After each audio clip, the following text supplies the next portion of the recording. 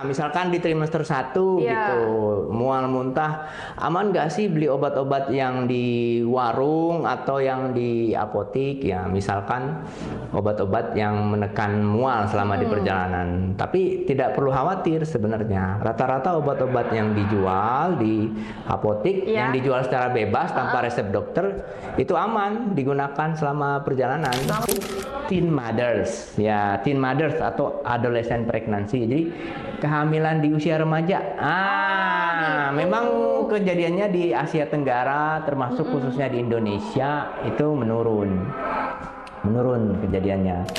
Dari ibu sudah, terus kalau dari janinnya sendiri gimana dok? Maksudnya sama perjalanan tuh ibu perlu aware juga nggak sih dengan Nah, ini ada janinnya beberapa tentang mitos nih. kandungan? Paling sering yang dikhawatirkan naik pesawat. Jadi Oh, iya. tekanan udara atau tekanan kabin itu ternyata tidak mempengaruhi Oh keadaan. tidak apa-apa, berarti boleh ya dok naik pesawat Iya, jadi ya? boleh.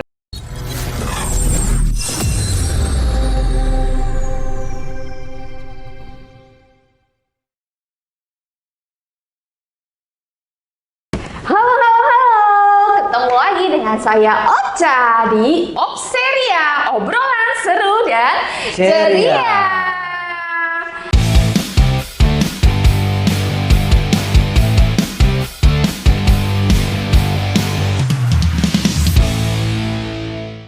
Hari ini kita kedatangan tamu spesial. Beliau ini sudah masih muda, ganteng, dan pasti dicari mama ya dok ya. Amin. Karena beliau adalah dokter spesialis kandungan. Halo dokter. Halo. Silakan dokter memperkenalkan diri. Ya, perkenalkan saya Dr. Aziz, spesialis obstetri dan ginekologi di RSUD Aji Barang. Salam kenal. Iya dokter. Hari ini kita mau ngobrol nih dok. Traveling untuk ibu hamil aman kan? Iya, iya, iya. Jadi ini mengingat momennya di bulan Desember itu kan banyak hari libur. Iya betul, Ada jalan-jalan terus Nataru dok, ya, Iya, Natal dan betul, Tahun betul, Baru. betul. Kemudian ada libur. Anak sekolah. Ada yang mau habisin cuti. Iya, betul. habisin cuti dan libur anak sekolah Jalan-jalan. tentunya. Jadi mungkin banyak teman-teman bumil, ya teman-teman bumil ceria yang mau traveling. Traveling. Ya, jadi kita akan membahas itu di sini. Ya. Jadi gimana dok, kalau ada ibu hamil mau traveling, mau jalan-jalan itu boleh nggak dok? Iya, tentu aja boleh. Oh boleh. Kan selain untuk merawat kesehatan fisik, kita juga harus merawat kesehatan mental, toh. Jadi perlu ya healing gitu ya dok ya, Perlu jalan-jalan ya. healing. Iya, Ya, jadi betul-betul. selain healing fisik harus ada healing secara psikologis atau healing mental. Ya. Oh gitu dok, Iya. berarti boleh ya, boleh ya Boleh. teman-teman ya. Ya, boleh ini banget. Pertanyaannya nih, kalau boleh, kira-kira umur berapa ya dok? Boleh jalan-jalannya ya, umur kandungannya gitu loh dok. Nah, yang penting dulu nih, yang penting dulu Oh, apa gimana, sih yang Dok? kita khawatirkan ketika kita di Iya, perjalanan betul, gitu dulu gimana, kan. Dok? Sebenarnya nggak ada hal-hal khusus sih buat ibu-ibu bumil yang mau traveling Iya. gitu ya. Cuman yang paling dikhawatirkan sebenarnya ada proses kayak persalinan di jalan. Oh, gitu. Nah, itu kan pernah terjadi Iya, ya. iya, betul. Mungkin wah masa sih ada yang melahirkan di jalan, tapi ternyata kenyataannya pernah terjadi. Bahkan yang melahirkan di pesawat juga ada. Ada ya, Dok, Iya. Dan itu sangat merepotkan karena tidak ada pesawat yang menyediakan tenaga kesehatan untuk bersalin. Iya gitu. betul. Tidak selalu pas dokter opsinya lagi di pesawat gitu. Kalau pas ada gitu dapat ya dok ya. Makanya kalau traveling, kalau misalkan usia kehamilannya di atas 36 minggu, biasanya harus ada surat dari dokter obstetri dan ginekologi apakah aman untuk melakukan perjalanan, baik itu perjalanan darat, perjalanan laut maupun udara gitu ya. Jadi ini ya dok ya, apa kalau mau pergi tuh harus periksa dulu gitu ya ke dokter kandungan, boleh nggak gitu? Atau khusus 36 atau boleh umur berapapun dok? Sebenarnya umur berapapun boleh, cuman 36 minggu ke atas memang tidak disarankan oleh WHO gitu. juga demikian ya. Karena ya itu lumrah terkadang melahirkan di atas 36 minggu gitu. Jadi kita tidak menyarankan untuk kesana. traveling dengan jarak yang lebih dari 12 jam perjalanan. Jadi Pada ini usia ya, yang di kehamilan bawah di itu atas ya dok ya. 36 minggu gitu. Jadi kalau di bawah 12 jam perjalanan ada tips-tipsnya juga nih gitu. Apa aja tuh dok Jadi tipsnya? jadi pada wanita hamil Ya. cenderung sering terjadi tromboemboli namanya. Tromboemboli itu ada hambatan sirkulasi darah ketika ibu dalam keadaan statis. Statis itu gimana? Lah, duduk lama misalkan, kayak perjalanan dengan mobil misalkan. Itu kan kita posisi duduk lama yang terlalu lama itu bisa menyebabkan terjadinya tromboemboli. Tromboemboli ini bisa memicu banyak hal yang kita tidak mau gitu ya. Jadi memang disarankan setiap 4 jam sekali harus ada istirahat ketika di perjalanan. Istirahatnya itu bukan makan ya, Bu, bukan makan, bukan nongkrong di kafe gitu, misalkan di rest area gitu, bukan. Tapi setiap 4 jam itu harus meluruskan badan. Nah, misalkan di waktu-waktu sholat sambil meluruskan badan sebentar gitu, sekitar 15 menit misalkan. Atau justru jalan-jalan, misalkan jalan, atau senam ringan yang bisa dikerjakan gitu di musola misalkan, atau ya di rest area kalau ada rest area yang memadai untuk kita meluruskan badan gitu. Kemudian tipsnya juga di dalam perjalanan, misal kalau memungkinkan lebih aman kalau misalkan kita bisa memilih antara naik mobil atau naik kereta, mungkin lebih nyaman naik kereta, karena dengan naik kereta kita bisa lebih nyaman meluruskan kaki. Kalau bisa jalan-jalan juga bisa jalan-jalan. Atau kalau misalkan mau luruskan badan di kantin, mungkin kantin kereta mungkin lebih nyaman, karena kantin kereta biasanya kursinya itu kursi yang panjang panjang dan ada mejanya, jadi bisa meluruskan kaki gitu, mungkin untuk mencegah resiko tromboemboli. Dan jangan lupa bawa peralatan untuk melindungi diri, baik dari suhu, misalkan jaket ya atau sweater ya, karena kadang suhu kereta atau suhu mobil kita kan, kalau naik mobil kendaraan umum kan kita nggak bisa atur ya suhunya, nanti penumpang lain protes misalkan kedinginan gitu kedinginan. Kemudian obat-obatan yang mungkin diperlukan selama di perjalanan. Gitu. Kalau ibu hamil kan sering mual muntah gitu ya, Dok ya?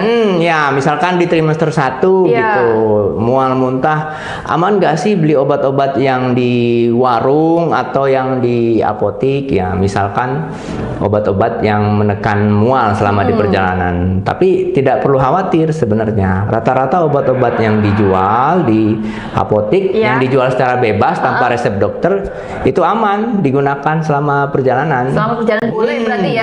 Boleh. Obat klasik yang dulu kita waktu kecil tuh, yang ada sediaannya tablet, yang ada sediaannya yang kayak sirup, itu aman, nggak apa-apa. Berarti daripada nanti pusing cari apotek, mending bawa ya, Dok ya? Iya, mending bawa. Udah sangu gitu, jadi kalau pusing mual langsung minum gitu, boleh berarti ini ya. Nah itu kalau perjalanan kayak gitu, Dok, perlu nggak sih, kayak kan suka dehidrasi gitu ya kalau ibu hamil tuh ya, kepanasan lah, haus gitu, apa yang harus dilakuin gitu, Dok? Nah itu dia, jadi sering ibu hamil itu ataupun yang tidak hamil, kadang wanita-wanita itu ada yang malas, aduh nanti kalau di perjalanan buru-buru mau buang air kecil, bentar-bentar berhenti gitu kan, gitu. Bolak-balik nanti berhenti gitu, nggak mau minum jadinya, itu gimana, Dok? Paling prinsipnya tetap ibu hamil ataupun tidak hamil itu harus mengkonsumsi air setidaknya 2 liter air sehari. Tetap berarti ya, Dok. Rekomendasinya 3 liter. Kalau bolak-balik berhenti itu nggak apa-apa ya? Tapi untuk mencapai 3 liter itu saya rasa sulit. Paling sering 2 liter, makanya ada kemasan tempat minum yang 2 liter gitu. Tempat minum juga, Dok? Iya. Dan tipsnya minum air putih biasa dengan suhu yang biasa, suhu ruangan, jangan suhu yang dingin, karena kalau misalkan yang dingin kita lebih sering buang air kecil. Kemudian jangan yang mengandung glukosa ya, yang mengandung gula, jangan yang manis-manis. Jangan manis-manis. Karena sifat gula itu adalah sering mengalami diuresis, sering mengalami buang air kecil. Malah lebih sering ya, Dok? Sama berarti ya, Dok? Berarti paling aman tuh air putih 2 liter gitu ya, Dok? Iya, air putih. Dan itu juga kalau kita misalkan yang manis, itu bakal sering buang air kecil. Akibatnya apa? Kebutuhan cairan tidak tercapai tetap. Karena dibuang. Karena langsung dibuang. Oke. Gitu, ya. ya.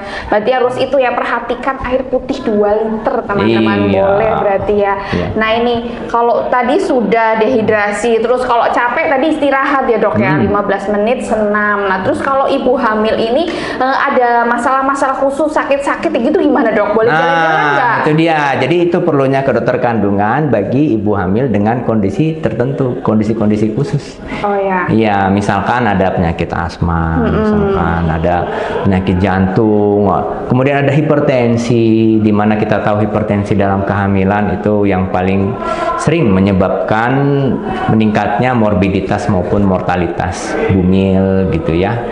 Nah, dan yang sekarang yang perlu juga yang ibu-ibu resiko tinggi. Nah, di mana alhamdulillah belakangan ini kasusnya menurun, tetapi secara grafik melandai, yaitu teen mothers. Ya, teen mothers atau adolescent pregnancy. Jadi kehamilan di usia remaja. Memang kejadiannya di Asia Tenggara termasuk khususnya di Indonesia itu menurun kejadiannya. Cuman tetap di negara Asia, Indonesia menempati peringkat kedua. Tinggi berarti ya untuk dok ya? kehamilan remaja. Gitu ya. Iya.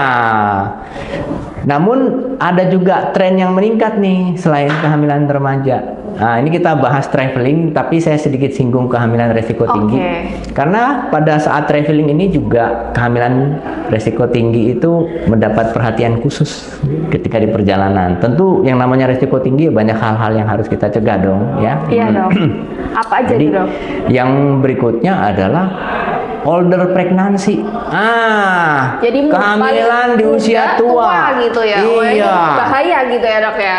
Nah, masalahnya kehamilan usia tua ini belum menjadi perhatian di Indonesia. Kenapa itu dok? Iya, karena tidak ada alat ukur di Indonesia maupun data dari Kementerian Kesehatan yang mencantumkan kehamilan di usia tua. Kalau usia Belum tua ada. tuh umur berapa sih dok? Karena dianggap kehamilan usia tua itu sekarang tingginya tuh di negara-negara maju. Padahal kenyataannya dalam praktik kita sehari-hari nih, saya sering menemukan kehamilan di usia tua. Itu di usia di atas 35. 35. Jadi, dibagi dua, usia di atas 35 dan di atas 40. 40. Iya, 40 tentu resikonya lebih tinggi lagi. Iya. Sebenarnya kasusnya tinggi, cuman belum ada datanya di Indonesia gitu ya. Karena dianggap masih nggak apa-apa gitu kali ya dok ya. Karena PR kita kehamilan remaja belum tuntas. Iya. Satu-satu dulu berarti. Iya, satu-satu. Oke. Iya, gitu. Ya. Nah ini berarti dua kelompok ini termasuk yang ini ya dok? Iya, yang perlu perhatian. Khusus kalau apalagi traveling. mau melakukan perjalanan jauh. Karena risiko-risiko untuk mengalami misalkan kehamilan prematur, ya, makan risiko preeklamsi atau hipertensi dalam kehamilan, risiko pecah ketuban dini. Nanti tiba-tiba di jalan pecah ketuban, gimana? Itu semua meningkat kasusnya ya. Tapi kalau masalah trimester nggak masalah ya dok? Trimester 1 boleh nggak? Itu kan katanya kalau trimester 1 masih muda tuh kandungannya kayak gitu, boleh nggak sih traveling? Sebenarnya tidak ada hal-hal khusus untuk trimester 1, boleh-boleh aja asalkan tidak ada hal-hal yang terjadinya kegugurannya mengancam. Misalkan adanya perdarahan. Misalkan pada saat dilakukan USG di trimester 1 kan kita bisa melakukan screening sindrom dan kita bisa melihat letak plasenta. Nah, ketika letak plasentanya kira-kira di bawah yang kita sebut dengan letak plasenta rendah, misalkan tidak disarankan untuk melakukan perjalanan tentunya karena sering terjadi itu flek atau perdarahan. Malah nanti beresiko ya dok ya untuk ibu dan bayinya pasti. Iya, kemudian ibu-ibu yang tentunya tidak dilarang untuk traveling, tapi butuh perhatian khusus. Misalkan yang mengalami hiperemesis, hiperemesis biasanya nggak bisa hanya dengan obat-obatan yang bisa dijual bebas di apotek, biasanya nggak reda. Ya. Yang namanya hiperemesis kita punya scoring sistemnya, gitu. Kita bisa menilai. Biasanya yang scoring sistemnya berat itu 13 ke atas. Nah, 13 ke atas itu biasanya butuh obat-obat khusus untuk menekan mual-mualnya. Biar ibu tetap rasa nyaman. Iya, jangan sampai nanti di jalan mual muntah berlebih, dehidrasi, atau kalau bahkan kalau naik kendaraan umum misalkan harus berhenti bentar-bentar berhenti, tentu mengganggu juga penumpang lain toh gitu ya. Iya, betul. Berarti itu yang harus diperhatikan ya dok ya. Iya. Dari ibu sudah, terus kalau dari janinnya sendiri gimana dok? Maksudnya sama perjalanan tuh ibu perlu aware juga nggak sih dengan Nah, ini ada janin beberapa yang di mitos nih. kandungan? Paling sering yang dikhawatirkan naik pesawat. Jadi tekanan udara atau tekanan kabin itu ternyata tidak mempengaruhi keadaan. Tidak mempengaruhi. Berarti boleh ya dok naik pesawat ya? Jadi boleh aja, nggak bermasalah. Nggak bermasalah ya. Jadi pada ibu yang sehat, kemudian tidak ada faktor risiko lain toh, misalkan ya biasanya aman-aman aja. Ibu yang sehat, janinnya juga biasanya sehat. Sehat. Berarti perlu memeriksa nggak dok? Maksudnya kalau yang besar, kalau itu 36 ya harus dengan ini dokter tinggal USG dulu intinya ya. Iya, memang tidak bisa melakukan perjalanan laut, darat maupun udara kalau sudah di atas 36 minggu ke atas. Biasanya membutuhkan surat dari dokter. Spesial. Baik. Iya, sebenarnya pemerintah sudah serius nih melindungi bumil dengan cara membuat undang-undang dan aturan-aturan yang saklek untuk traveling. Misalkan ya itu kalau mau naik perjalanan udara harus ada surat dokter, mau naik kendaraan laut juga sama ya. Kalau di atas 36 minggu atau pada keadaan-keadaan khusus, misalkan hipertensi, misalkan. Karena biar aman, nyaman gitu ya dok ya selama perjalanan. Dan memang harus periksa dulu sebaiknya. Kenapa? Karena ada keadaan tertentu misalkan kayak polihidramnion yang berpotensi untuk terjadi pecah ketuban, terjadi kelahiran prematur, itu juga bisa dideteksi dengan pemeriksaan dokter toh gitu ya. Karena polihidramnya itu tricky ya, tricky. Kenapa? Kita nggak bisa melakukan pemeriksaan dari luar untuk melihat adanya suatu polihidramnion dengan jelas gitu. Oh iya dokter, ini ada titipan pertanyaan dari follower nih. Kalau traveling untuk ibu yang punya riwayat keguguran boleh nggak sih? Nah, itu dia. Jadi kita harus periksa dulu tentunya kegugurannya karena apa? Karena keguguran itu macam-macam penyebabnya ya. Kita bagi keguguran berdasarkan usia kehamilannya. Ada yang di bawah 8 minggu, early onset labor, early onset abortus gitu ya, early onset abortion, kemudian ada yang late onset abortion di atas 8 minggu. Kenapa dibagi dua? Tentu pembagian kategori itu karena penyebabnya beda-beda. Biasanya kalau early onset abortion atau di bawah 2 bulan, biasanya karena adanya kelainan genetik gitu. Kelainan genetik tentu kita penyebabnya dari masa prakonsepsi, jadi sebelum hamil justru gitu. Dan kita nggak bisa apa-apain tuh kalau sudah ada keguguran di bawah 2 bulan. Biasanya memang kelainan genetik ya, kita juga nggak mampu memperbaiki genetik toh sampai sekarang gitu. Yang kedua yang di atas 2 bulan atau 8 minggu. Nah, itu penyebabnya macam-macam, tapi biasanya penyebabnya bisa kita cegah gitu. Jadi riwayat kegugurannya karena apa dulu nih? Apakah kehamilannya karena ada kelainan genetik sebelumnya, ataukah karena ada kelemahan mulut rahim? Misalkan sering orang awam bilang rahimnya lemah, nah itu biasanya late onset abortion gitu. Nah itu kalau late onset abortion itu bisa dicegah. Sebaiknya periksa dulu, dipastikan riwayat kegugurannya karena apa. Karena istilah kita recurrent pregnancy loss gitu ya. Itu keguguran, terutama pada kasus keguguran berulang, itu kita perlu perhatian khusus memang gitu. Sebenarnya traveling nggak dilarang, tapi periksa dulu, dipastikan dulu, dan insya Allah bisa dicegah. Bisa dicegah gitu ya. Gitu ya. Asalkan nanti sudah dapat izin dari dokter, ini sudah oke traveling, berarti oke. Iya, jangan sampai gara-gara itu tiket yang udah dibeli mahal-mahal. Oh iya, nggak jadi. Ya. Jadi stres ya dok? Iya, jadi stres, jadi nggak healing deh. Ditinggal keluarga, masa ditinggal sendiri di rumah. Ya baik dok. Ya, gitu. Oke dok, keren banget ini ya. Pokoknya traveling untuk ibu hamil amankah? Aman, asalkan harus tetap berkonsultasi dengan dokter-dokter dari teman-teman semua. Jadi jangan asal traveling kayak gitu ya dok ya. Harus ada persiapan-persiapan khusus. Luar biasa sekali nih obrolannya dengan dokter Asfi, spesialis obstin dan ginekologi ya. Seru sekali ya teman-teman ya.